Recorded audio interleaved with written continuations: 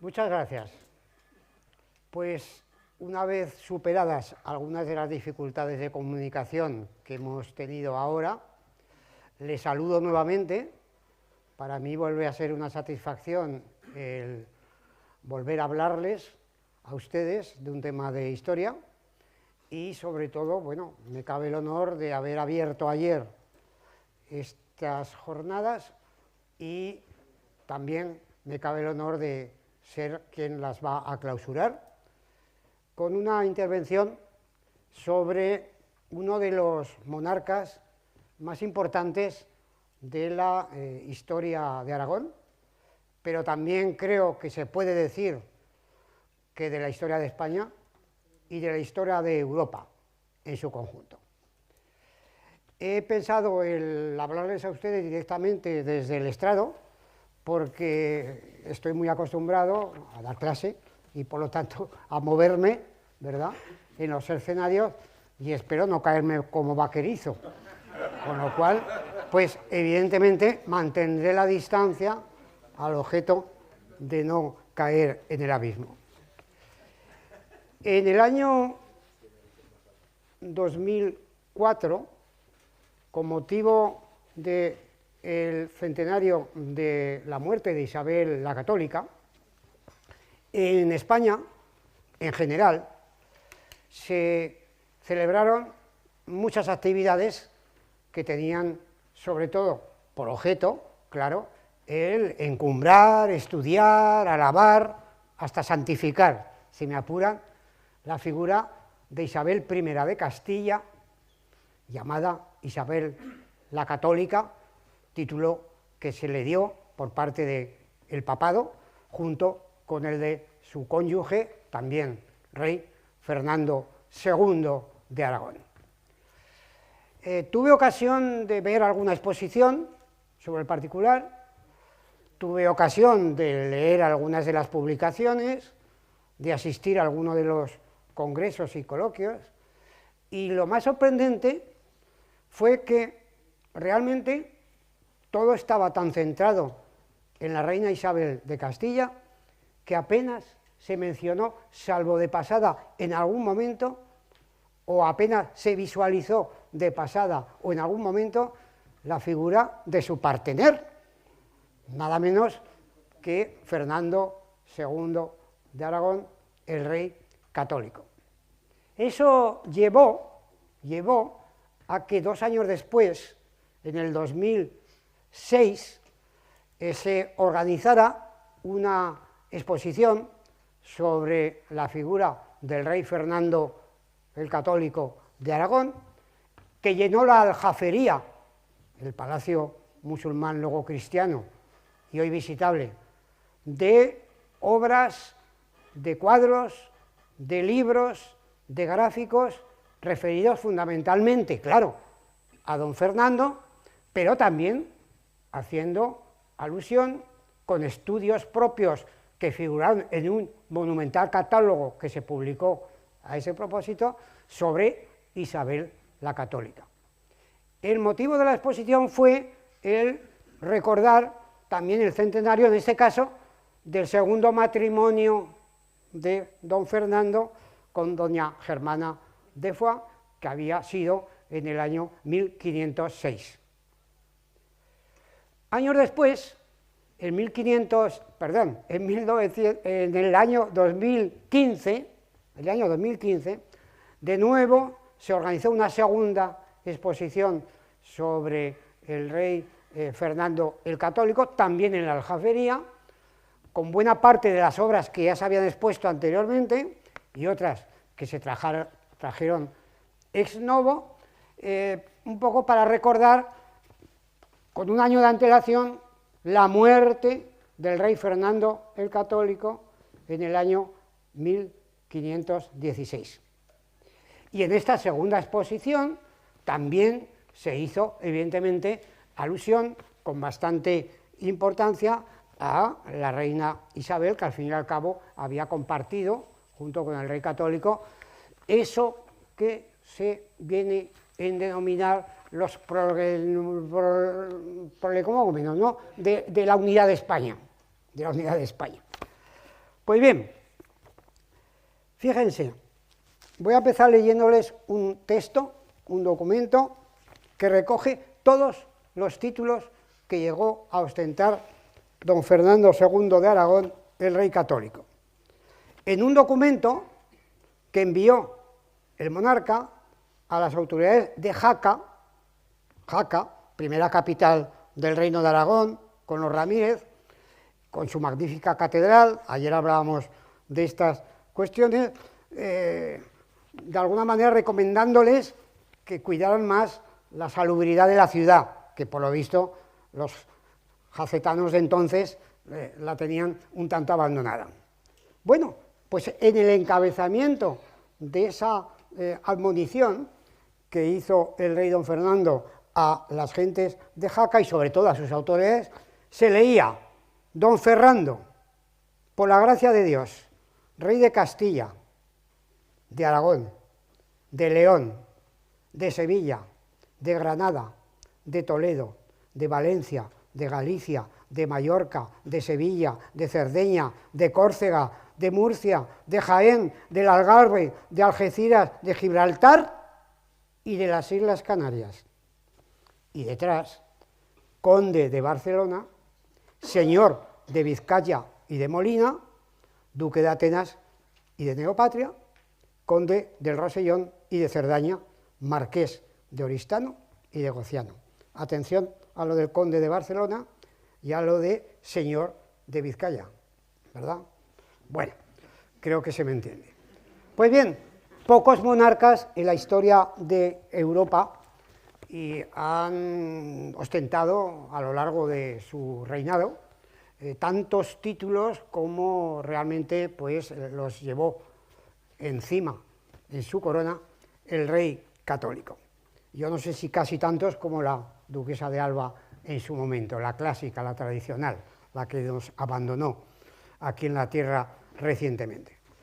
Pues bien, en la historia de Aragón yo suelo decir que hay tres monarcas que han concitado mayor interés, no solamente por las publicaciones, no solamente por los congresos que se han celebrado sobre ellos, sino en conjunto, por el común. Uno es Alfonso el Batallador, se ha hablado aquí mucho de él, incluso esta mañana se le ha recordado. Otro es Jaime I, que ocupa buena parte del siglo XIII, desde 1213 hasta 1276, y el tercero de los grandes monarcas, más conocido como los anteriores, es realmente don Fernando el Católico, el cual va a ser, por un lado, denostado por sus enemigos, pero por otra parte, alabado continuamente por sus propios e incluso por personas y personalidades que en principio no tenían por qué elogiar la figura de un monarca extranjero.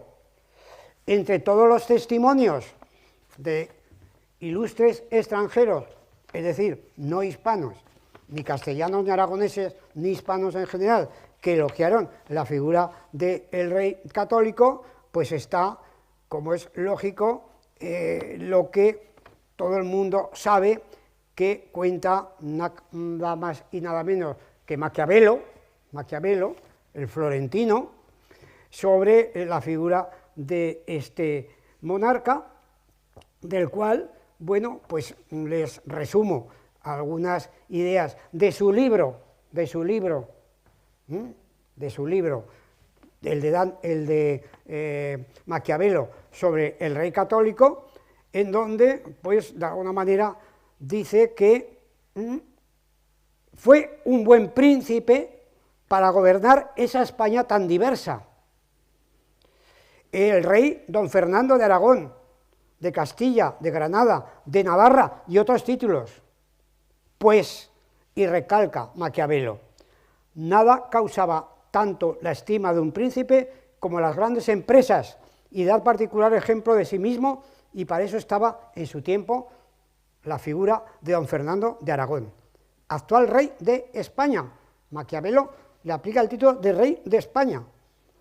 El título de mi conferencia es don Fernando el Católico, Hispaniarum res, rey de las Españas. Pues bueno, Maquiavelo habla del actual rey de España, que merece la consideración de un príncipe, porque realmente de un monarca débil, se refiere a su padre, a Juan II, se ha pasado por fama, por gloria, al primer rey de los cristianos. Bien, pero esto no queda aquí. Tiempo después, Maquiavelo es más o menos contemporáneo del rey católico, más o menos un tiempo después, nuestro gran aragonés Baltasar Gracián, que tiene una obra inmensa, jesuita, erudito, nos dice, en el siglo a comienzos del XVII, lo siguiente. En su libro El Político, dice que gobierna ejemplarmente don Fernando el Católico, había gobernado, se refiere retrospectivamente, una España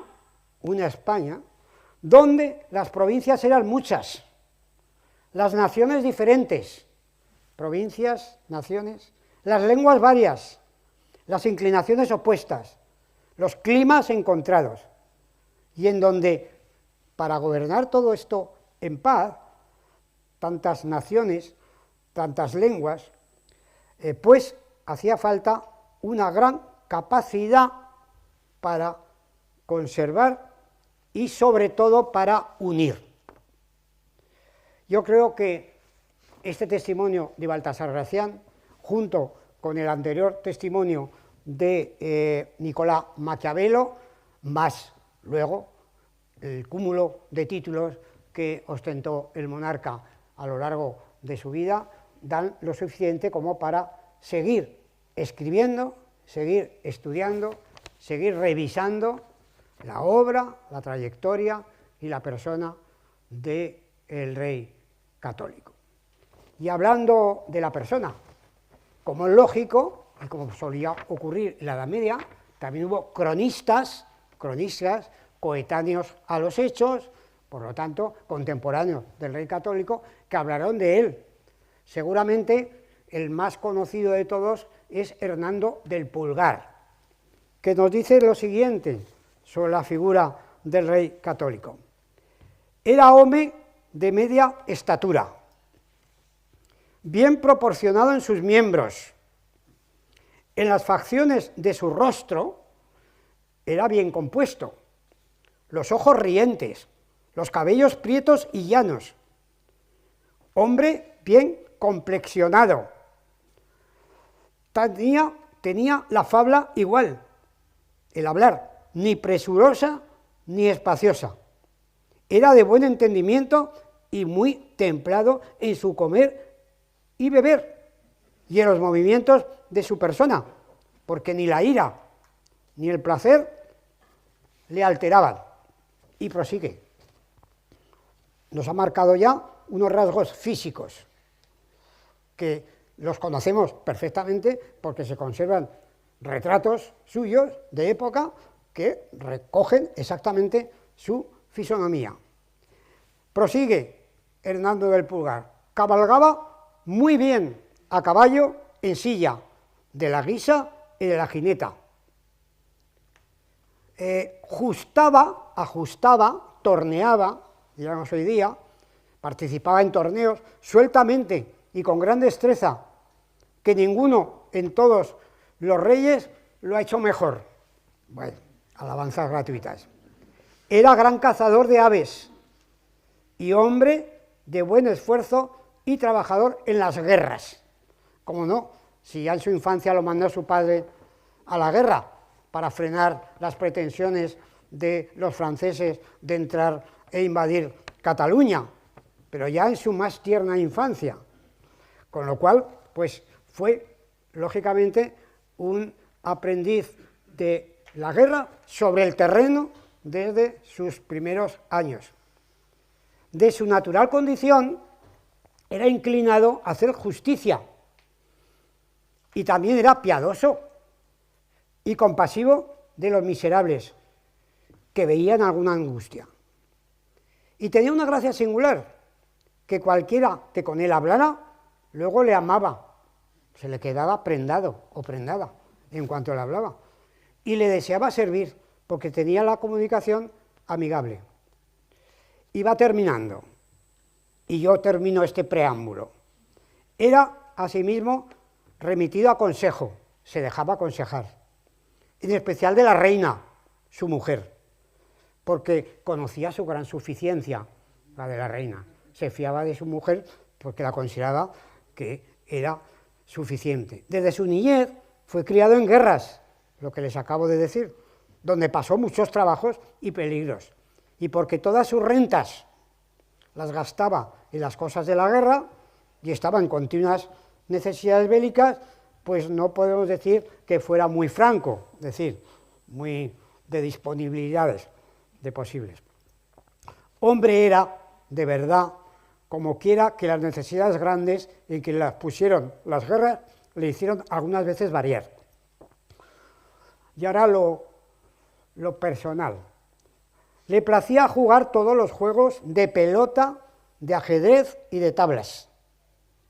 Le gustaban los juegos de pelota y los juegos de tablero. Y en esto gastaba algún tiempo, y añade el cronista, más de lo que debía.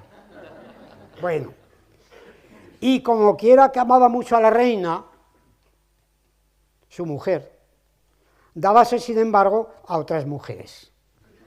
Bien, lo dice el cronista. Era hombre muy tratable con todos, especialmente con sus servidores.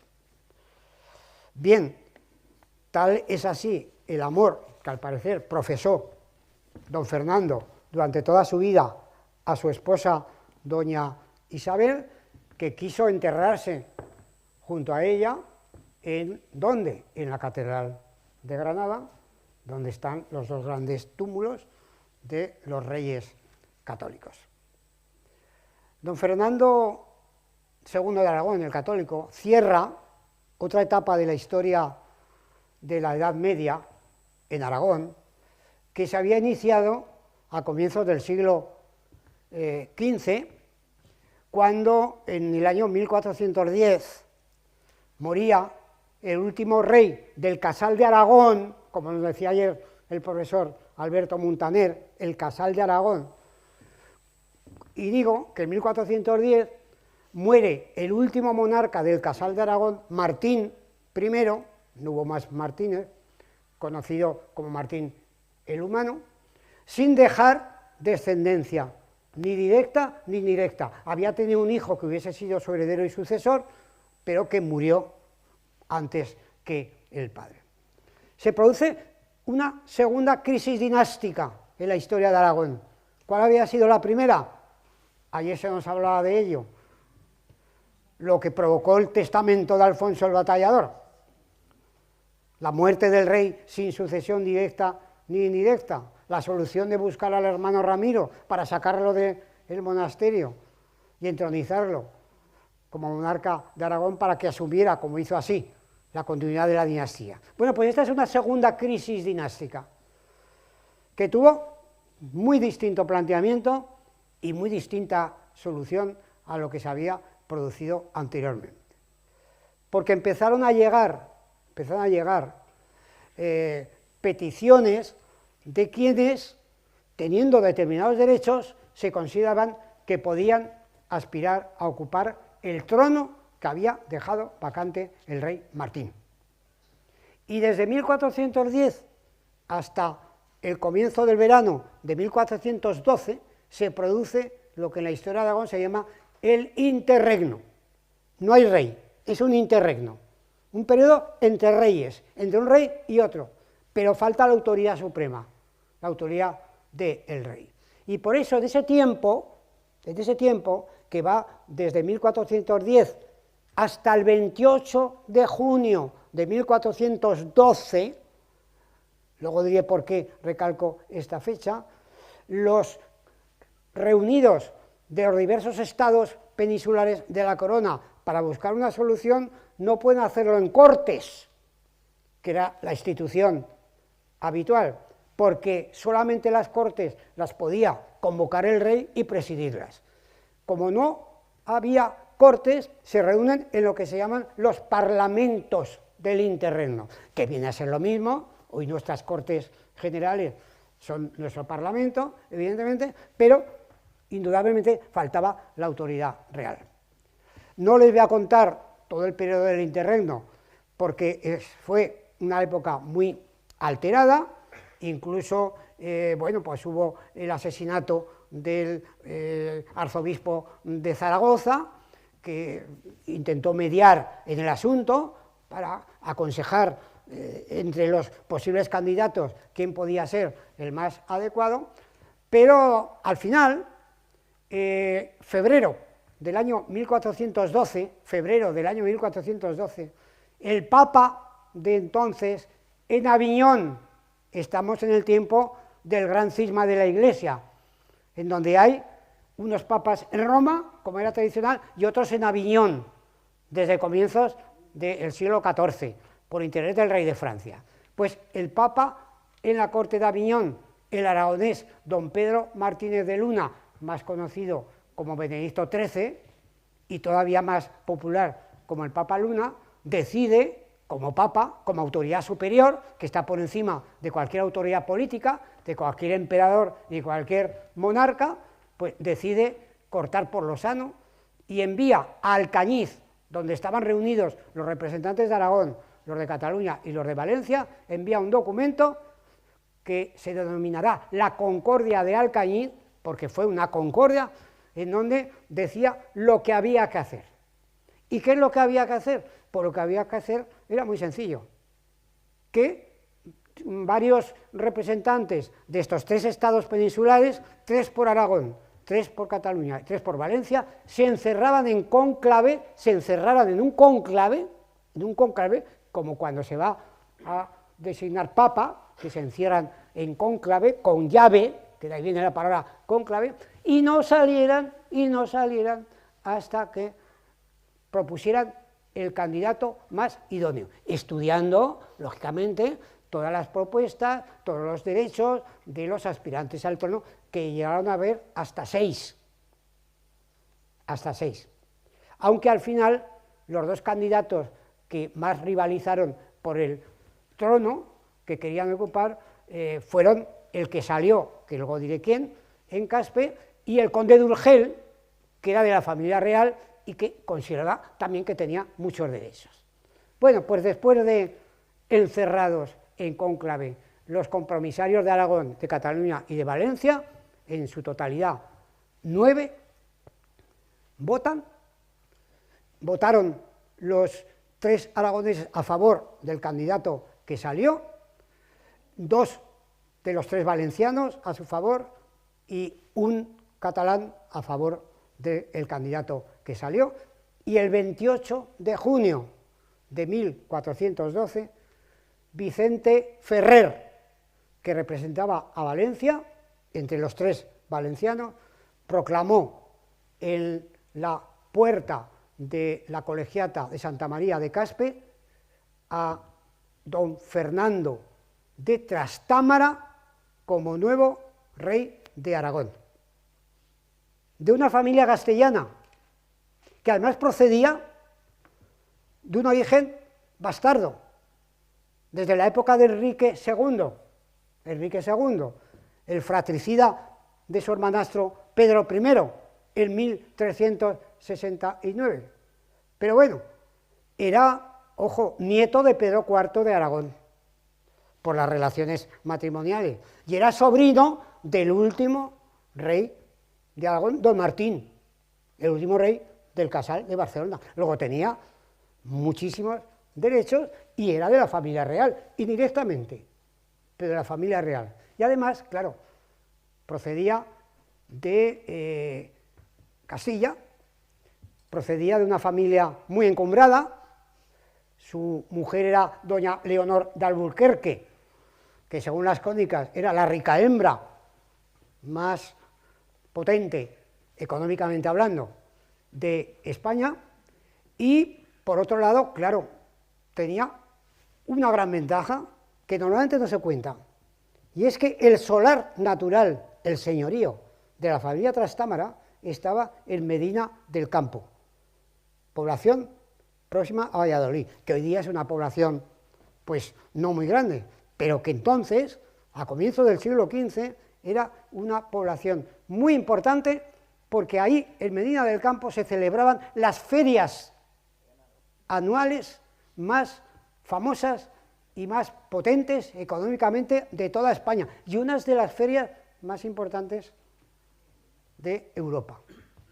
Y uno de los argumentos que manejaron los representantes aragoneses, laicos y eclesiásticos, como los valencianos y los catalanes, para que los tres votaran a favor de este candidato, era que, bueno, Aragón ha sido siempre en la Edad Media un gran exportador de lana. La cabaña en Aragón, lanar, ha sido muy importante, de lana y de trigo. Y habían empezado a fallar algunos mercados del Mediterráneo.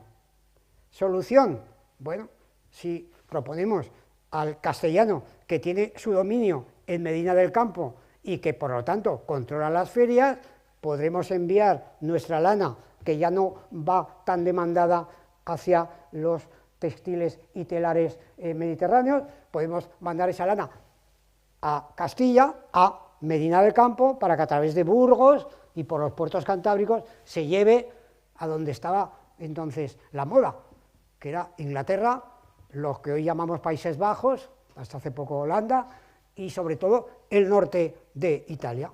Y así fue. Por eso los tres aragoneses, aparte de los derechos, que como acabo de decir, los tenía, si no todos, casi todos, por eso los tres aragoneses votaron a favor del castellano. Y en cambio, claro, dos de los tres catalanes votaron en contra porque ellos veían en el conde de Urgel, que no era castellano ni aragonés, sino catalán, pues podían ver a alguien que haría de Cataluña pues esa patria grande que todavía en muchos ambientes catalanes siguen buscando. Bueno, pues bien, elegido don Fernando de Trastámara, le suceden varios monarcas, sus hijos, pero tuvo la fatalidad de que murió tempranamente. Solamente gobernó desde 1412 hasta 1416. Murió el 3 de abril del año 1416 en Igualada, camino de Barcelona, a los 36 años. No se pudo imaginar nunca, supongo yo, que lo que le había encumbrado a la fama, como era el trono de Aragón, siendo él un castellano, lo iba a disfrutar tan poco tiempo. Pero tuvo pues varios hijos, especialmente los dos que le iban a suceder de inmediato. Uno, Alfonso V de Aragón, Alfonso el Magnánimo, que va a gobernar desde 1416 hasta 1458, que va a ampliar los dominios de la corona de Aragón, que ya con sus predecesores habían incorporado Sicilia y Cerdeña, va a aumentar los dominios del rey de Aragón con la incorporación del reino de Nápoles.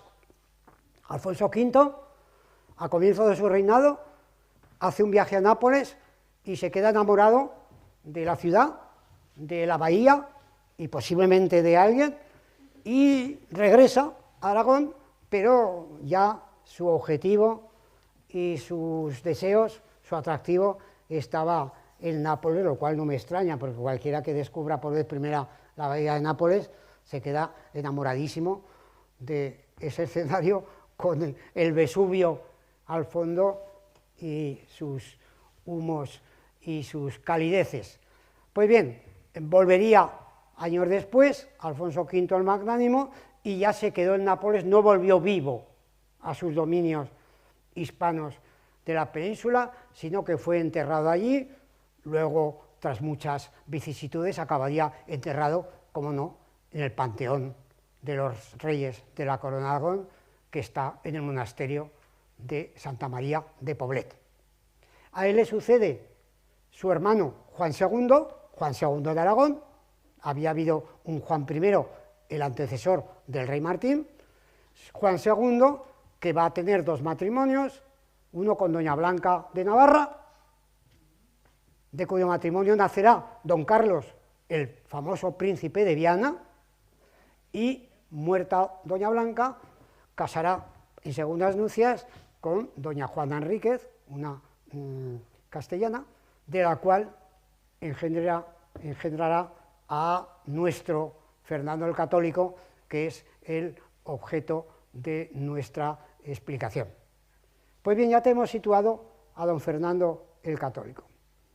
Don Fernando el Católico se casa, o lo casan, por aquello de las razones de Estado, con doña Isabel de Castilla en 1469, en Valladolid, cuando todavía Isabel no era reina de Castilla y cuando todavía don Fernando no era tampoco rey de Aragón.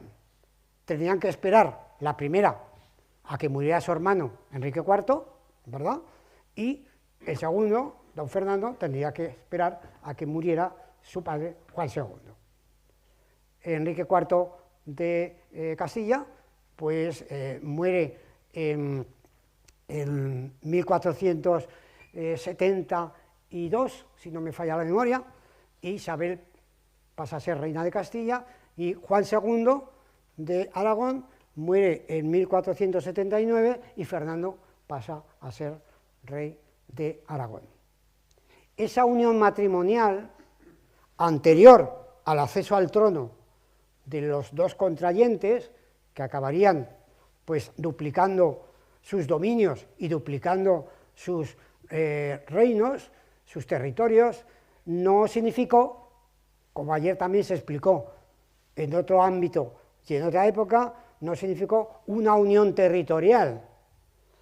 Lo digo porque a veces se sigue diciendo la unión de Aragón y Castilla se hizo con el matrimonio de los reyes católicos. No, no fue una unión de Castilla y Aragón, fue una unión de dos dinastías, como había ocurrido con la dinastía de los Ramírez en la persona de Petronila en el siglo XII y con la dinastía de los condes de Barcelona en la persona de Ramón Berenguer IV.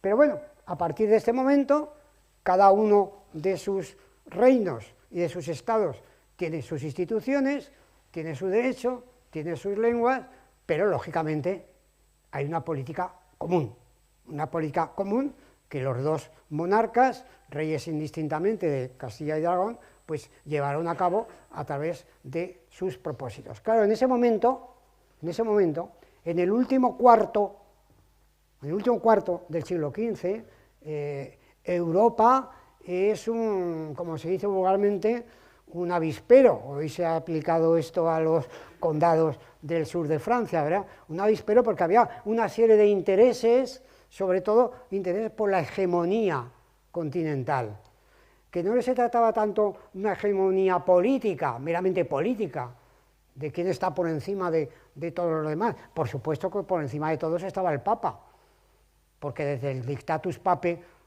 en el siglo XI, en el año 1075, entre Gregorio VII y Enrique IV de Alemania, el decreto llamado Dictatus Papae había dejado claro que por encima de cualquier autoridad política, civil, estaba la autoridad del Papa.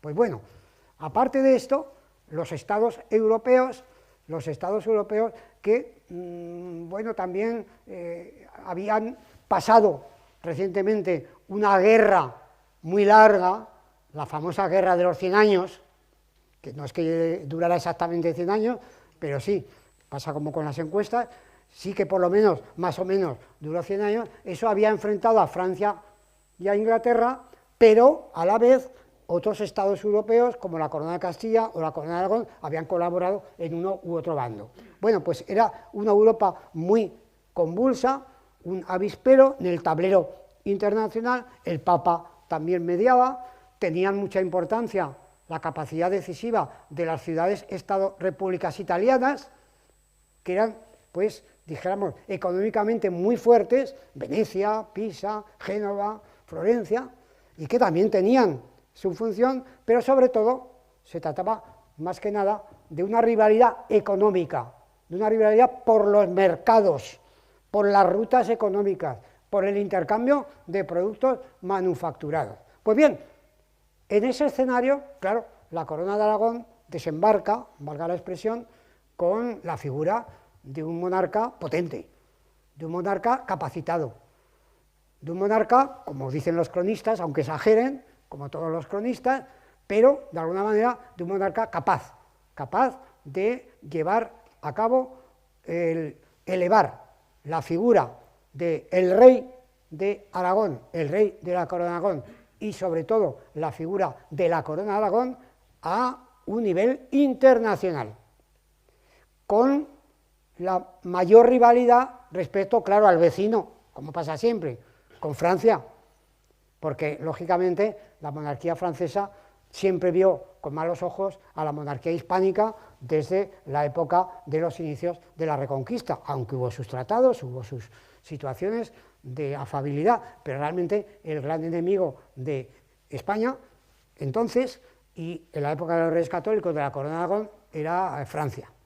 Pues bien, el rey católico, como digo, bien aconsejado por su padre, don Juan II, yo siempre he pensado que aunque se habla de las cualidades políticas de Fernando, en realidad el gran político fue su padre, Juan II, que le aconsejó muy bien y le enseñó no solamente el arte de la guerra, le envió a la guerra desde jovencito para que aprendiera, sino que también le debió explicar con mucha claridad cuál era la situación de Europa y dónde debía estar la Corona de Aragón, que él heredaría en su momento, lo haría a partir, como he dicho antes, de 1479, pero eso no quita para que de alguna manera asumiera don Fernando todas esas cualidades, todas esas condiciones que su padre le había alimentado con objeto de garantizar, evidentemente, la continuidad de la dinastía. Claro, del matrimonio de Isabel y Fernando nacieron, como todo el mundo sabe, varios hijos. Hubo un varón, don Juan, que debió ser el heredero y el descendiente, pero que murió tempranamente. Los demás hijos legítimos de don Fernando fueron mujeres, y bueno, la que se llevó la palma, como todo el mundo sabe, fue doña Juana, que sería Juana I de Castilla, y precisamente hoy, 27 de octubre, en un 27 de octubre, ¿verdad?, del año 1502, 2 años antes de morir la reina Isabel, en 1504, un 27 de octubre, doña Juana y don Felipe el Hermoso recibieron la potestad de heredar Aragón. Es un aniversario que normalmente no se suele comentar, pero bueno, hoy algún periódico lo recoge, por eso lo he fijado en la memoria precisamente de los que he visto esta mañana temprano. Pues bueno, el problema se planteó de nuevo, claro, en la Corona de Aragón, lo mismo que había ocurrido con Petronila, más o menos, ¿verdad?, en otra dimensión, que había que buscar a doña Juana, pues un buen partido, como fue nada menos que el de Felipe el Hermoso, emparentado con los emperadores de Europa, con los reyes de Francia, con la crème de la crème. Todos sabemos cómo acabó esta relación de doña Juana y de Felipe el Hermoso, pero bueno, para don Fernando el gran trauma fue indudablemente la muerte de su esposa Isabel, en el año, ya lo he dicho antes, lo vuelvo a repetir, 1504. Muerta su primera esposa Isabel, que le había confiado el reino de Castilla. Vean cómo este documento que inicialmente he leído, en la introducción, comienza nominándose primero don Fernando, rey de Castilla, delante de Aragón. Por eso parece ser que este documento, que no está fechado, por cierto, es posterior a la muerte de la reina Isabel, claro. Y además hay otro detalle importante, el de las Islas Canarias, señor de las Islas Canarias, ojo. Bueno, pues aparte de esta cuestión cronológica, lo importante es decir que evidentemente el rey don Fernando necesita un heredero, y para ello intenta un segundo matrimonio, que lo consigue, con Germana de Foix o de Foix, que tenía una doble ventaja. Primero, la posibilidad de engendrar un heredero, y sobre todo, segundo, conciliarse con Francia, amigos y amigas, porque era sobrina del rey de Francia, nada menos, Germana de Foix. Luego, ahí ya había un acercamiento, otro matrimonio por interés político, como casi todos en la Edad Media, un acercamiento a Francia a través del enlace con una sobrina del monarca de Francia, del monarca francés. Y bueno, de alguna manera, pues Germana de Foix sobreviviría, porque fue más joven que don Fernando el Católico cuando tuvo lugar el matrimonio, pero bueno, no hubo descendencia, con lo cual quien llegaría a heredar los dominios de Castilla y de Aragón sería, con el tiempo, doña Juana, dentro de su situación física y psíquica. A mí no me gusta hablar de Juana la Loca, no lo digo nunca, lo acabo de decir, pero no lo digo, no me gusta, porque creo que es una denominación, dijéramos, que no procede.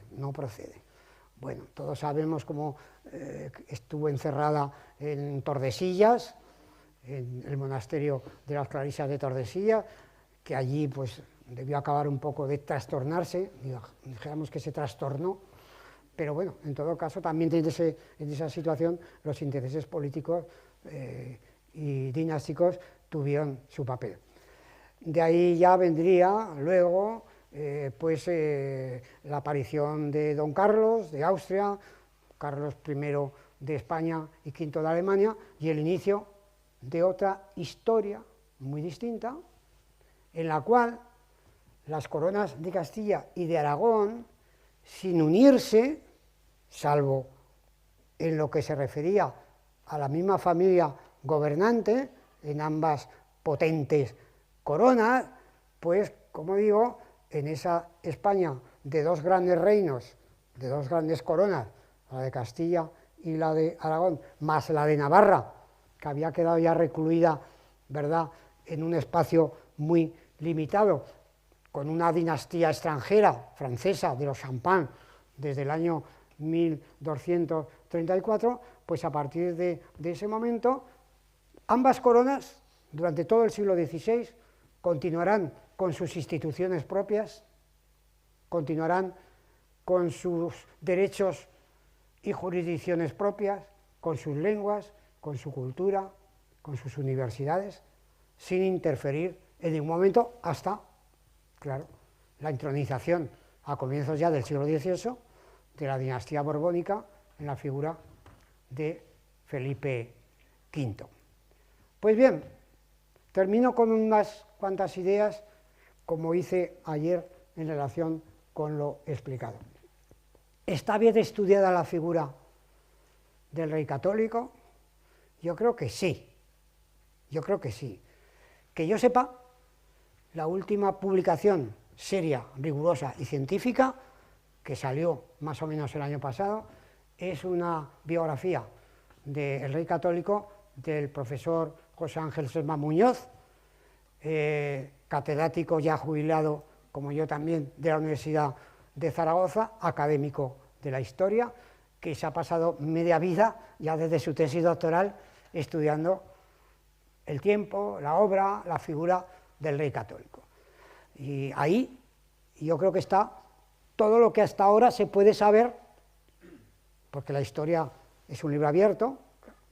Mañana podemos descubrir unos documentos nuevos en un archivo y cambiar una visión de algún aspecto, pero ahí está en ese libro, a mi juicio, bien hecho, científicamente hecho, académicamente bien hecho, de lo que podemos saber sobre la figura de Fernando el Católico. En segundo lugar, claro, como es una figura tan conocida, tan popular, ha sido objeto de tratamientos muy diversos. El ejemplo más habitual desde época reciente es el de la serie de Isabel de televisión. Me refería, creo, si no recuerdo la memoria, no sé si en este escenario o en otro de esta semana pasada, me refería el otro día a que esa serie, indudablemente, aparte de los aspectos técnicos,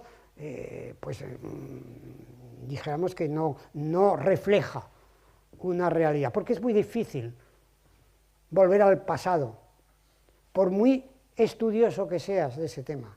Sobre todo, es muy difícil situarte, porque cuando yo viajo a la Edad Media para escribir mis trabajos o mis libros, o para explicar mis lecciones, o para preparar esta charla o esta conferencia, me traslado a la Edad Media, pero sí, no con la mentalidad de la Edad Media, sino con mi mentalidad, claro, con mis criterios, ¿no? Con mi sociabilidad, con mis ideologías, con mis creencias. Si eso me pasa a mí, que llevo media vida, por no decir casi toda, estudiando la Edad Media, que no puede pasar a cualquiera del común que lea de inmediato pues algo sobre el rey católico. Entonces realmente en esa serie, como vieron, aparecían los dos monarcas espléndidos, magníficos, de buen ver, que no tienen nada que ver con los retratos auténticos que se conservan de ambos monarcas y que, por cierto, se presentaron y se pudieron ver en las dos exposiciones que he hablado en la Aljafería, tanto la del año 2006 como en la del año 2015. Y luego, claro, pues está esa misma popularidad que ha hecho del rey católico pues una figura como muy familiar porque todo el mundo sabe más o menos que fue un rey de Aragón, por lo menos eso, o un rey de España, si me apuran, por lo menos eso. Y aquí en el caso de esta ciudad, pues saben los zaragozanos que tiene una escultura de Juan de Ábalos, por cierto, en la plaza de San Francisco, que da acceso, entre otros recintos, a la ciudad universitaria. Pues esto es lo que les quería contar. Muchas gracias.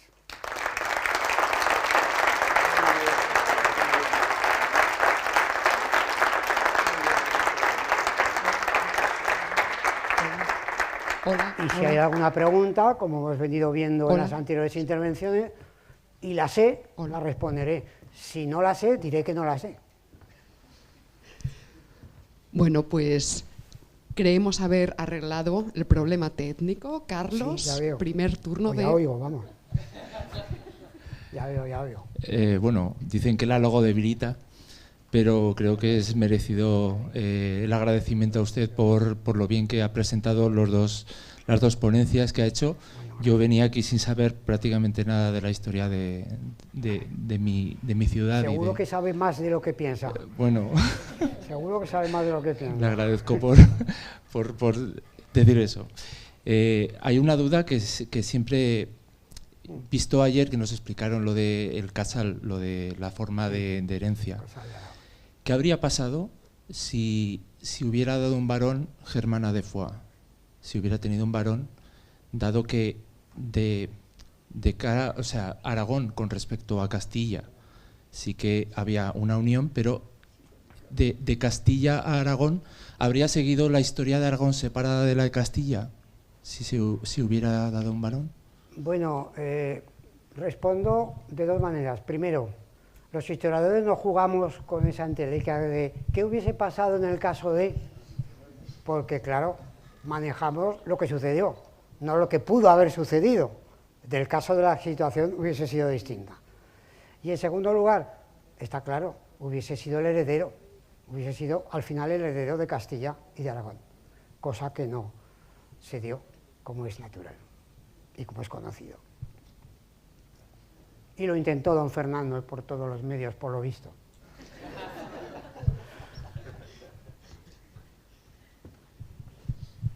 Se jugaba a la continuidad.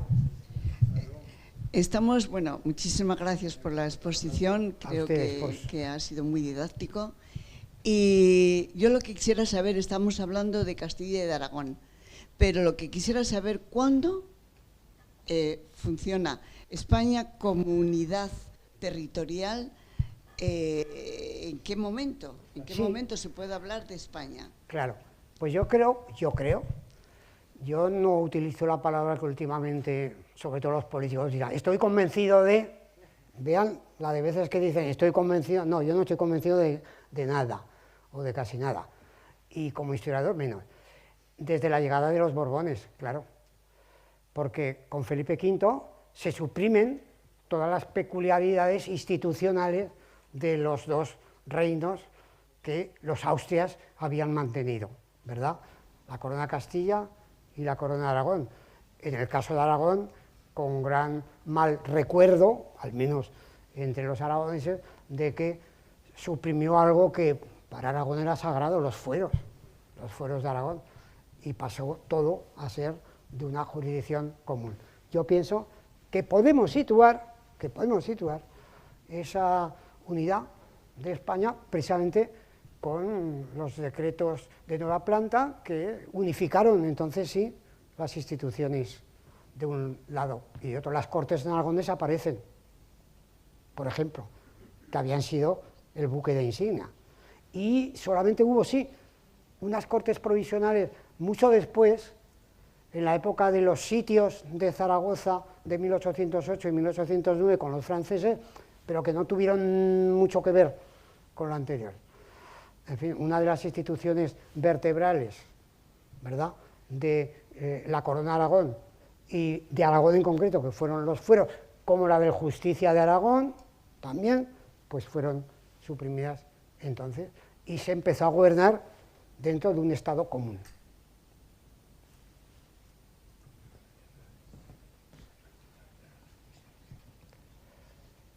¿Alguna pregunta más? Sí. Yo voy a hacer una pregunta. Muy bien. Vamos a ver, es muy llamativo, a ver si lo podemos conseguir, que don Fernando lo echan, se va a Nápoles, el cardenal Cisneros, gracias a Dios que muere Felipe el Hermoso, lo llaman a capilla, y es curioso que los 10 años potentemente últimos de su vida, desde el 6 hasta el 16 que muere, trabaja duramente y encuradamente, indudablemente que por España. O sea, donde no está es en Aragón, curiosamente. Solamente viene 2 veces creo que a 2 cortes. Y resulta curioso. Estuvo más de 2 veces. Bueno. Más de 2 veces, sí. Pero bueno, pocas veces. Muy pocas veces. Y lo cual era habitual en la época medieval. Correcto. Las cortes medievales eran muy itinerantes.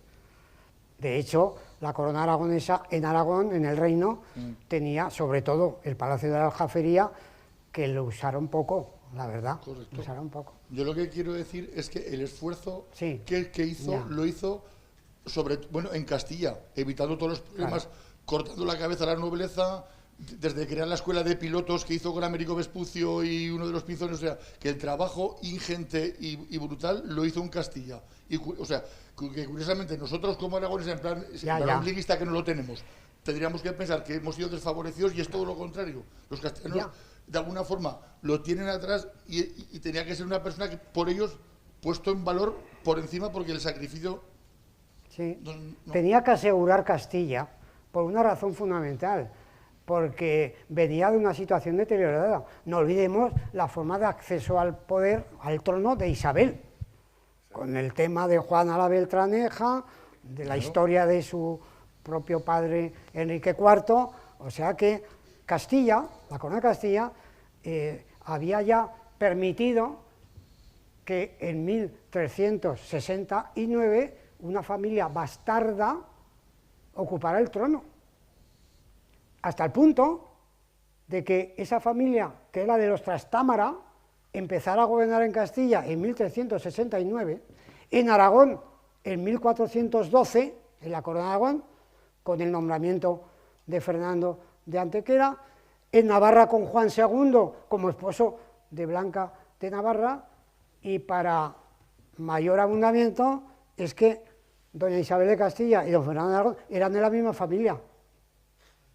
eran primos, eran trastámaras, hasta el punto de que para su casamiento en Valladolid, en 1379, tuvieron que pedir permiso al Papa, pero debían tener tanta prisa que se casaron antes de que llegara la bula papal, pero bueno, el Papa estaba ahí, sí, la autoridad superior, pero en fin, a veces algunos comulgó a un rey de Aragón, pero no pasa nada. Entonces, claro, tenía que afianzarse él, una vez muerta Isabel, que era la castellana heredera del trono, en Castilla, para asegurarse de que, bueno, de que... Bueno, eso, indudablemente, claro. cuando muere Felipe el Hermoso, Castilla es ingobernable, Claro, y el exactamente. Cisneros, de mutuo acuerdo con su hija, ven y hacerte cargo, ¿no? De del hecho, reino, luego ¿no? vino el enfrentamiento de los comuneros, de inmediato, poco después, a comienzo del reino, o sea que, en fin, tenía que asegurar Castilla, por eso dedicó más tiempo, supongo que confiaba en que la corona de Aragón estaba ya todo muy claro. Era por eutaxia, era lógico. Claro. Era, o sea, no es que sea ni bueno ni malo, era lo que tenía que hacer. Claro, claro, claro. Luego, claro, la historia de Fernando el Católico está lleno de anécdotas más o menos verídicas. Por ejemplo, a veces se me ha preguntado, ya me extraña porque hoy no se me ha preguntado, porque es una de las preguntas habituales, ¿por qué nació don Fernando en sos del rey católico? Bueno, se dice, se cuenta, las crónicas, que su madre, doña Juana Enríquez, estaba cerca del territorio castellano y cerca de Tiragonés, pero viendo que iba a dar a luz pronto, se desplazó rápidamente para entrar en Aragón, y lo primero que encontró fue Sos, ¿verdad?, porque venía de Navarra, y poder alumbrar ahí, poder decir que el heredero de la corona de Aragón, el futuro Fernando II, iba a nacer en Aragón, no en Castilla, ni en Navarra, ni en ningún otro sitio. Entonces, bueno, lo dicho, estas grandes personalidades siempre han sido objeto de muchas anécdotas, como la de los esfuerzos que hizo don Fernando para engendrar con doña Germana de Foix, ¿verdad?, cosa que fracasó. Incluso hay quien dice, ya hay un estudio muy interesante eso, que no es que demuestre, pero sí justifica la muerte del propio Fernando II, ¿verdad?, a los 64 años, por toda la medicación que le habían proporcionado, medicación, añadanle ustedes hierbas y pócimas, ¿verdad?, para tratar de alguna manera de engendrar un heredero. Pero bueno, también la anécdota a veces tiene algo de realidad, como la leyenda, como las crónicas, como los cronicones. ¿Y qué nos dice de los otros hijos de Fernando? De los otros hijos de Fernando. ¿De los otros hijos de Fernando? Sí, de los no... ¿De las hijas? No, de los de no, los ilegítimos. De los ilegítimos, sí, claro. Y arzobispos de Zaragoza. Claro, es que según el cronista Hernando del Pulgar ya decía que amaba mucho a su mujer, pero que se daba a otras damas. Es una buena pregunta. Y entre otras damas, se debió dar alguna que engendraron a una familia de arzobispos de Zaragoza. Don Alonso de Aragón, arzobispo de Zaragoza, era hijo natural, o sea, ilegítimo, del rey católico, y tuvo el arzobispado de la diócesis más importante de Aragón. Y luego, bueno, hay un tema muy interesante, que es el de la política matrimonial, con las hijas de Fernando y de Isabel, que las casan a todas con príncipes europeos, entre ellos el rey de Inglaterra, matrimonio que, como saben todos ustedes, acabó mal. Catalina, la pobre Catalina de Aragón, pero bueno, con los reyes de Portugal, con los reyes de Francia, en fin. Entonces, la política matrimonial hizo que, ya que veía que no tenía un heredero y que la heredera era su mujer, por lo menos, supongo yo que pensó que debía dejar bien colocadas a todas sus hijas, y bien que las dejó, salvo la desgraciada Catalina, pero eso no lo podía prever su padre, claro, en vida.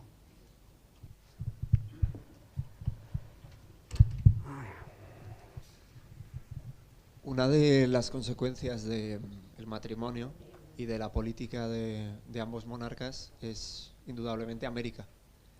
Algunas veces se comenta que nos es ajena la conquista a los aragoneses.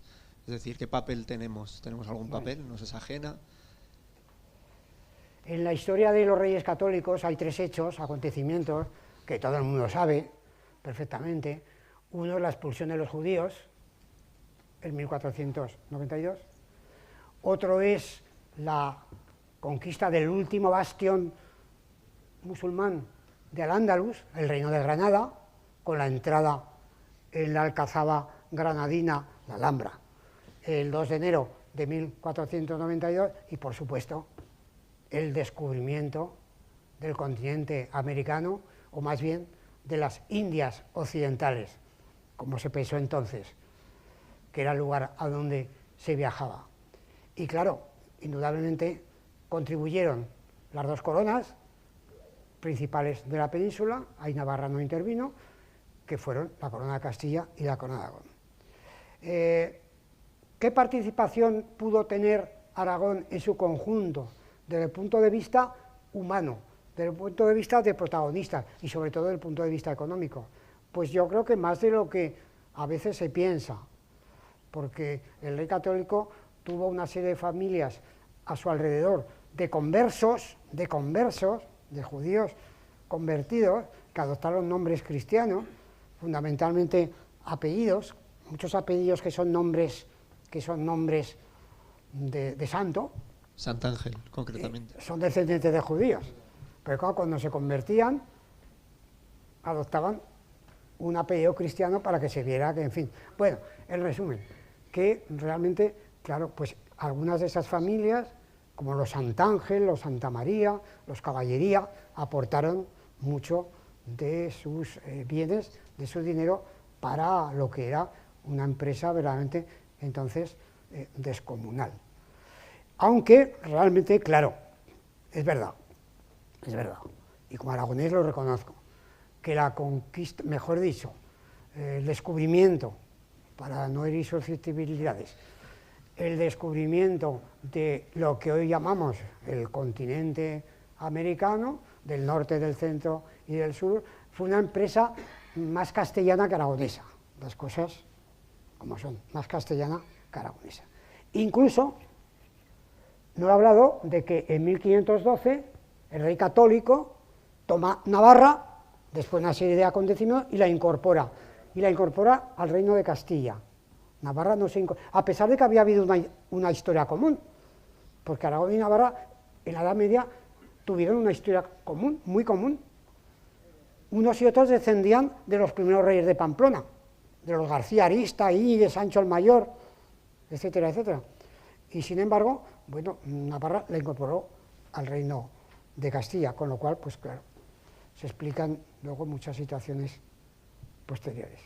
A mi juicio, todo esto tiene que ver con un contexto que mucha gente se empeña en obviar o decir que no existe, que es el de la hispanidad. O sea, la España hoy, o el concepto de España hoy, tiene una serie de diferencias con la España que podría haber en aquella época. Entonces, y si se quiere otros términos, se pueden emplear otros términos, pero el acontecer hispánico está ahí. Entonces, claro, negar que existe eso, o negar que otros reinos no hayan intervenido en una política que al final contribuyó en el desarrollo de todo el conjunto de las entidades políticas de la península es absurdo y creo que es faltar a la historia. Todos conocemos las peripecias de Colón. Hace poco se ha pasado por televisión un programa sobre dónde están enterrados los restos de Cristóbal Colón, y a propósito de esa pregunta pues se ha elaborado todo un documental, que si se decía que si era catalán, que si era valenciano, que si era genovés, que si era judío, bueno, ya está. En definitiva, bueno, ahí está Colón, y eso no se puede cambiar. Y ahí está América. Y ahí está América, con nuestra misma lengua. Yo siempre digo que una de las mayores impresiones que me lleva en mi vida fue cuando fui a Buenos Aires, que me habían encargado a dar un curso, ¿verdad? Y aterricé en el aeropuerto de Ezeiza después de muchas horas y me di cuenta la importancia que tenía nuestra propia lengua, que todo estaba en español. ¿Verdad? No lo había pensado hasta entonces, la importancia de la lengua. Descendí y todo en español, en inglés por supuesto también, pero en español, claro, es que la fuerza de la lengua. La fuerza de la lengua y luego, vamos a ver, la evangelización bien entendida. Porque la evangelización de América, desde mi punto de vista, desde mi punto de vista, y no soy americanista, ni conozco bien la historia de América, pero lo que llamamos la evangelización de América no fue una mera conversión, por la fuerza, por la convicción, por lo que quieran, al cristianismo, fue una culturización, Claro, ahora el decir que se pida perdón porque, bueno, se introdujo una cultura mucho más avanzada. Los pueblos prehispánicos, aparte de todo, estaban en unas situaciones todavía que hacían sacrificios humanos, en muchos casos. Eso está estudiado, no me lo estoy inventando. Es como creo que les decía también, no sé si aquí, y perdonen si me repito, que ahora dijéramos a los romanos que nos pidan perdón porque acabaron con nuestros antepasados íberos y celtas. Sí, claro, acabaron con los íberos y los celtas, pero nos dieron una cultura y una civilización de la que todavía somos herederos. Y sin que nos demos cuenta, pues todavía nos movemos en muchos casos como las gentes del Imperio Romano. Y no lo digo solamente por el latín, que ya no lo saben ni los sacerdotes, ni por otras cosas, sino por el derecho, por las costumbres, por el modelo de familia, por el modelo de ciudad, todo eso es romano. Luego aquí en España sí hubo la peculiaridad de que llegaron los musulmanes, crearon una cultura elevadísima a la que les debemos muchísimo, más de lo que a veces nos pensamos, pero bueno, la base fundamental de la cultura y de la civilización española está en Roma. Sí, ya sé que soy un gran admirador de Roma, lo siento y lo digo, pero bueno, en todo caso es que es así, estudiese y debemos mucho a Roma. Bueno, pues ahora sería absurdo que nos pidan perdón porque aquellas tribus de iberos y de celtas acabaron con ellos. Bueno, pues sí, pues bien, pues ya está. Muy bien, pues, don Esteban, un lujo poder haber asistido a sus dos conferencias, bueno, de verdad. Muchas gracias, son ustedes sin demérito para los demás conferenciantes, que todos se ven que tienen un profundo conocimiento, incluso aman la materia que han tratado. Pero me he permitido revelar que es que no me puedo salir de pantalla. Su atención, porque bueno, simplemente pues me ha encantado. Una pregunta sobre Isabel la Católica. Ha señalado usted que se apresuraron a su relación matrimonial, Isabel y Fernando, antes de recibir la autorización del Papa. Bien, yo la pregunta es, ¿usted cree o piensa que ese apresuramiento se debió o bien a las premuras del amor o bien a las dudas o al recelo de Isabel la Católica de que la frustraran ante el papado ese permiso, esa autorización, debido a que su hermano o los cortes, la nobleza que estaba en contra de ella o del matrimonio,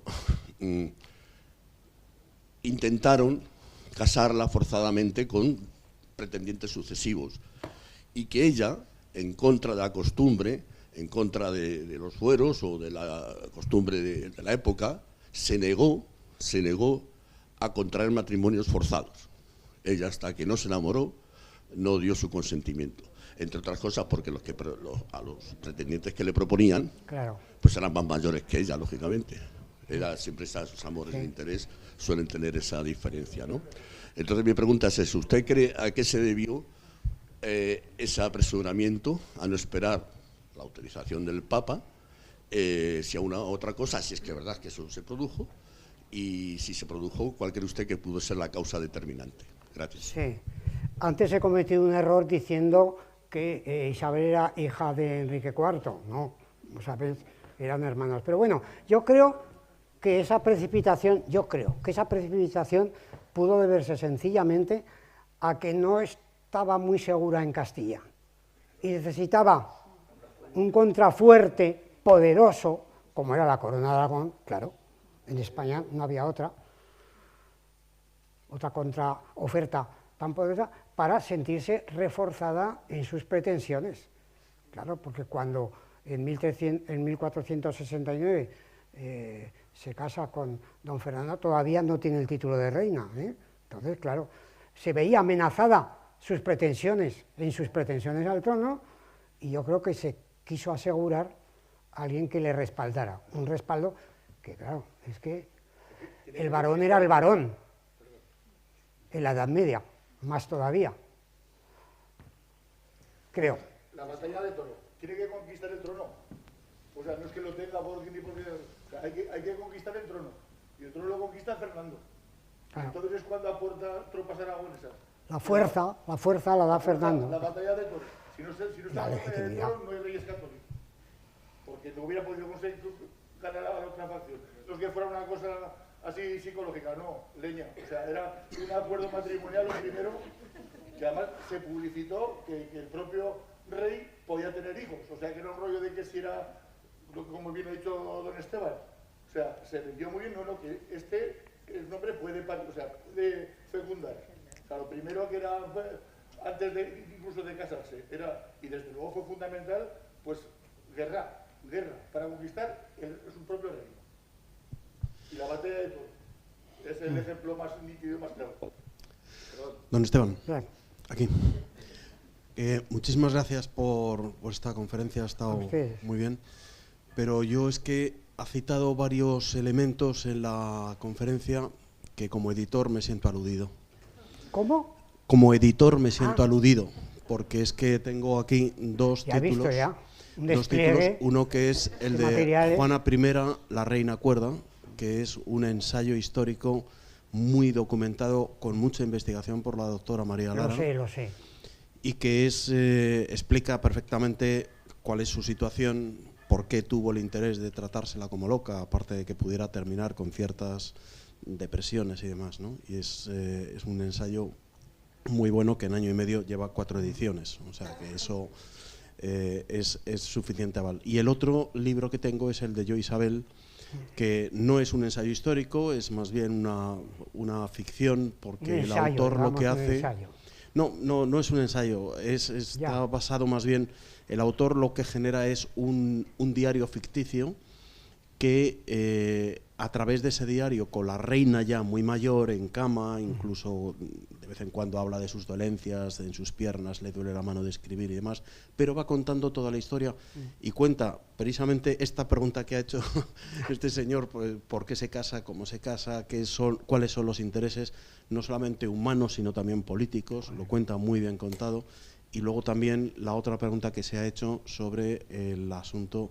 Bueno, no ha sido una pregunta, ha sido más bien la respuesta sobre el asunto de cómo se llega a ganar Granada y cuáles son los elementos que actúan, ¿no?, para conseguir el reino.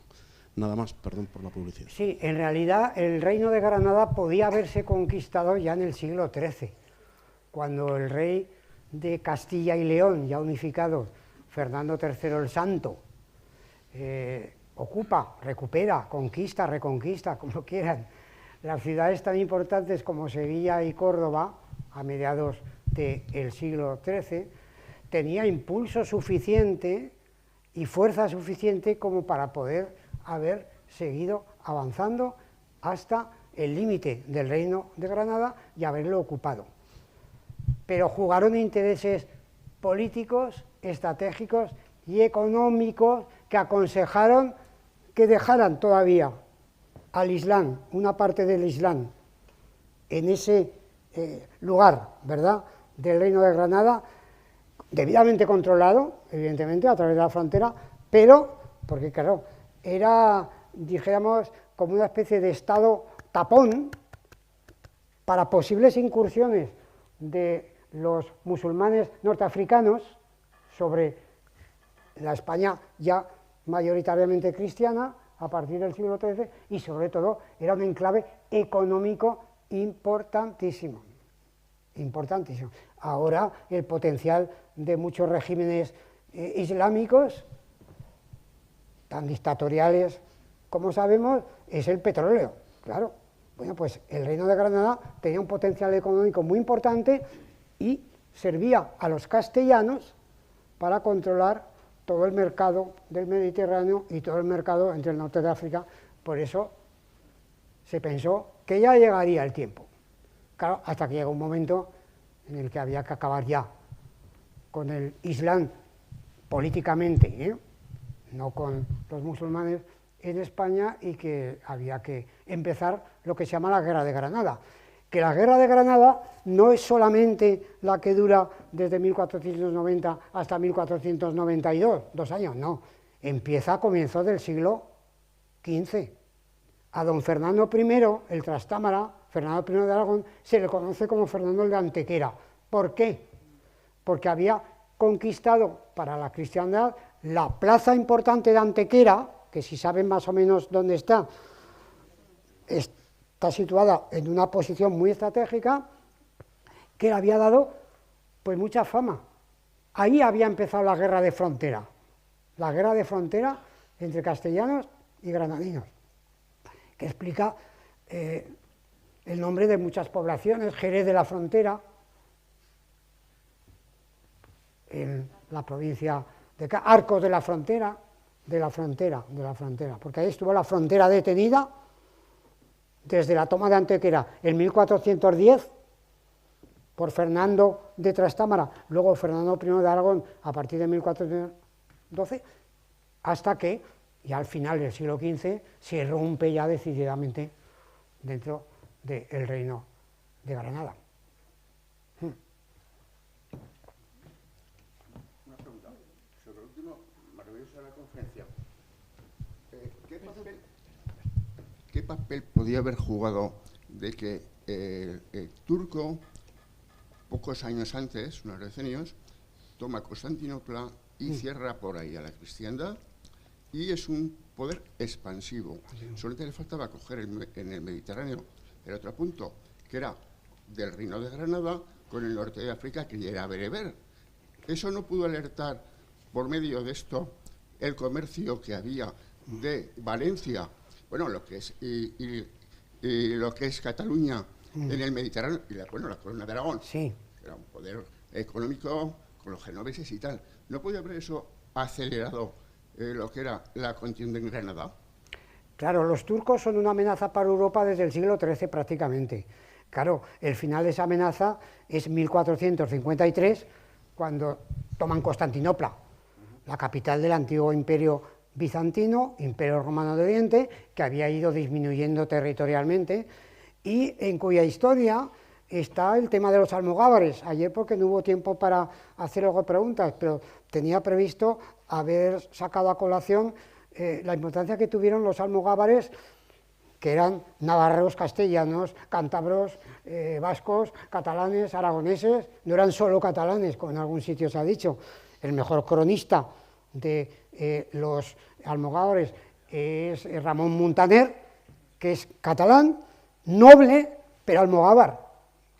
Se puso al frente de unas clientelas, como se decía entonces, almogávares. Bueno, pues el papel de Grecia, en medio entre Constantinopla, luego los turcos, claro que el imperio turco estaba extendiéndose hacia Poniente, y una vez tomada Constantinopla había cortado los caminos, sobre todo del mar, hacia el Mar Negro, de todas las rutas europeas hacia Oriente. Sí.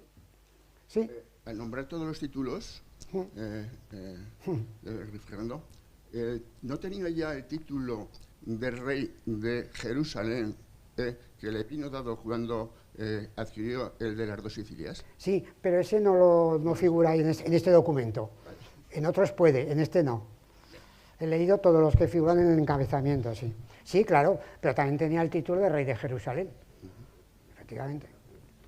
Esta mañana ha salido el tema de las órdenes militares, fundadas, como también se ha dicho aquí, para proteger los santos lugares cuando los caballeros cruzados se retirasen de Tierra Santa, volvieran a sus predios, a sus lugares de señorío, y alguien tenía que proteger aquello. Bueno, pues, y ahí surgirá una historia muy interesante.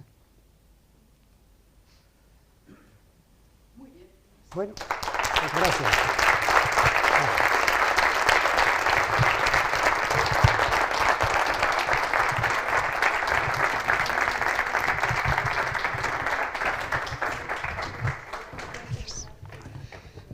Bueno, pues me quedo aquí simplemente para despedirnos ya. Concluyen los 5º encuentros forjados. Creemos que eran unos encuentros necesarios. Con Julio llevamos ya varios años de trato, ¿verdad? Mucha comunicación telefónica, porque hay demasiado trabajo y siempre decimos te voy a visitar al Alto Pirineo, lo es imposible. No puedo, no podemos. Pero es verdad que Julio me hizo percibir un detalle, y es que en estos últimos años en los que afortunadamente hay un resurgimiento del estudio, la reivindicación, la defensa de la hispanidad, están surgiendo muchos movimientos, bien, unos más divulgativos, otros con algo más de rigor, en fin, hay un poco de todo, pero sí es verdad que era muy llamativo una especie de opacamiento del papel de Aragón en el proceso de configuración histórica, de la realidad histórica de España. Y es verdad, cuando Julio a mí porque es verdad, parece como que te lo tienen que verbalizar y de repente ves las películas de López Linares, que son fantásticas, es un trabajo encomiable y le estamos todos muy agradecidos, pero es verdad, prácticamente se pasa por encima de Fernando el Católico, en este caso de la última película, por cierto que es un peliculón y hay que ir a verlo, pero ese detalle sigue ahí presente. Yo en el canal sabéis que he iniciado la serie dedicada al gobierno de los Reyes Católicos. Llevamos publicados 3 capítulos, faltarán otros 3 o 4, precisamente falta el tratamiento específico de don Fernando, pero ya tengo muy presente y siempre que puedo recalco esa figura. No solo su figura en tanto persona, sino el componente de Aragón, en ese proceso de configuración histórica de España. Así que era un congreso necesario, un poquito especializado, pero creemos que era una aportación necesaria. Os agradecemos a todos, insisto una vez más, el esfuerzo personal y económico y de tiempo también por habernos acompañado durante estas jornadas, y me vais a permitir que os avance ya que se están preparando los sextos. Es que esto es un no parar. Entonces los sextos, si no cambian las cosas, tendrán lugar en Salamanca, acogidos por la Casa de los Padres Paules. Es un formato muy cómodo, quienes lo sepáis, es más barato, nos atienden fantásticamente bien allí en la Casa de los Padres Paules, con el alojamiento incluido, la comida monacal, en fin, esas cositas. Y si no cambian las fechas, porque estoy negociando todavía el programa, serán 11, 12 y 13 de abril. Nos vamos para primavera, que ya sabéis que pasamos mucho frío allí. Tema, pues será religión y geopolítica, siglo XXI. La idea es llevar a gente muy especializada para que nos hable de los aspectos. Sabéis que a mí es un tema que me interesa mucho en el canal. El aspecto religioso en el tablero geopolítico actual. No estamos hablando solamente de catolicismo, hay que llevar a gente especializada en corrientes protestantes, judaísmo, masonería y, por supuesto, islam. Entonces creemos que este también va a ser un congreso importante. Quedáis ya emplazados, aunque yo los datos definitivos los daré en el canal, como siempre, para que podáis inscribiros y prepararos. ¿Qué más cosas tengo aquí apuntadas? Por supuesto, vosotros sabéis que todas las lecciones de este fin de semana han quedado grabadas.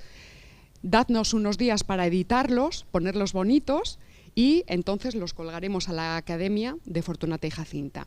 Y luego, poquito a poco, iremos abriendo al público, en el propio canal, a las conferencias, pero poquito a poco. La que sí que va a ir, en cuanto podamos, es la presentación de la primera de todas, en la que estábamos en la mesa, Julio Gavín y yo. Esa la vamos a publicar inmediatamente en abierto.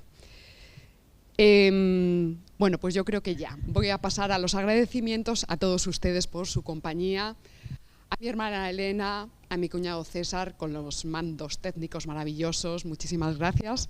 A Humberto, que nos ha acompañado, es mi editor, Humberto.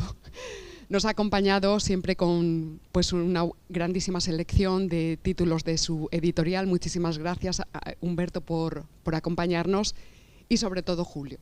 Bueno, a todos los ponentes, por supuesto. Y Julio, que se ha pegado, a ver, que seguro que mi cuñado me riñe porque me muevo. Una dedicación de corazón, porque así trabajas tú. Así que muchísimas gracias, Julio. Un aplauso.